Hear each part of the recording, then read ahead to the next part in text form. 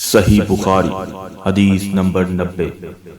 ایک شخص حزم بن نبی کعب نے رسول اللہ صلی اللہ علیہ وسلم کی خدمت میں آ کر عرض کیا، یا رسول اللہ، فلاں شخص معاذ بن جبل لمبی نماز پڑھاتے ہیں، اس لیے میں جماعت کی نماز میں شریک نہیں ہو سکتا، کیونکہ میں دن بھر اونٹ چرانے کی وجہ سے رات کو تھک کر چکنا چور ہو جاتا ہوں اور طویل قرات سننے کی طاقت نہیں رکھتا۔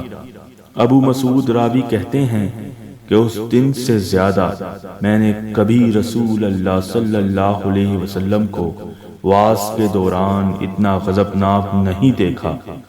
آپ صلی اللہ علیہ وسلم نے فرمایا، اے لوگوں، تم ایسی شدت اختیار کر کے لوگوں کو دین سے نفرت دلانے لگے ہو۔